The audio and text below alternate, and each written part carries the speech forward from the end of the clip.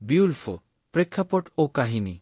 বিউল্ফো ইংরেজি সাহিত্যের প্রাচীনতম মহাকাব্যগুলোর একটি, যা আনুমানিক অষ্টম থেকে দশম শতকের মধ্যে লেখা হয়। এটি পুরাতন ইংরেজি ভাষায় রচিত এবং মূলত মৌখিকভাবে প্রচারিত হত। পরে অজ্ঞাতনামা এক কবি এটি লিখিত রূপে সংরক্ষণ করেন। এই কাব্য অ্যাংলোস্যাক্সন সংস্কৃতি ও জার্মানিক বীরত্বপূর্ণ ঐতিহ্যের এক চিত্র তুলে ধরে, যেখানে সম্মান, বীরত্ব এবং ভাগ্যের প্রতি গভীর বিশ্বাস ছিল। এটি শুধুমাত্র একটি রোমাঞ্চকর বীরত্বগাথা নয়, বরং একটি জাতির মূল্যবোধ, বিশ্বাস এবং ঐতিহ্যের প্রতিফলন। বিউল্ফো এর কাহিনী সংক্ষেপে: ১. হিয়ারোট ও গ্রেন্ডেলের ত্রাস। ডেনমার্কের রাজা রোৎকার এক বিশাল রাজপ্রাসাদ তৈরি করেন, যার নাম হিয়ারোট। এটি ছিল আনন্দ, গৌরব ও রাজকীয় ভোজের কেন্দ্র। কিন্তু এক ভয়ঙ্কর দৈত্য গ্রেন্ডেল প্রতি রাতে রাজপ্রাসাদে আক্রমণ চালায়, সৈন্যদের হত্যা করে এবং হিয়ারোটকে ভয়ের স্থান বানিয়ে ফেলে। ২. বিউল্ফ এর আগমন ও গ্রেন্ডেলের পরাজয়। গিটস জাতির তরুণ ও সাহসী বীর বিউল্ফ রোৎকারকে সাহায্য করতে ডেনমার্কে আসে। সে ঘোষণা দেয় যে সে নিরস্ত্র অবস্থায় গ্রেন্ডেলের সাথে যুদ্ধ করবে।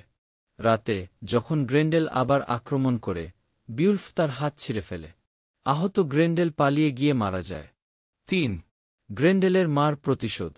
পরের রাতে, গ্রেন্ডেলের মা প্রতিশোধ নিতে হিয়ারোট আক্রমণ করে এবং রাজ্যের এক গুরুত্বপূর্ণ যোদ্ধাকে হত্যা করে। এবার, বিউল্ফ এক গভীর হ্রদে গিয়ে দৈত্যের গুহায় প্রবেশ করে।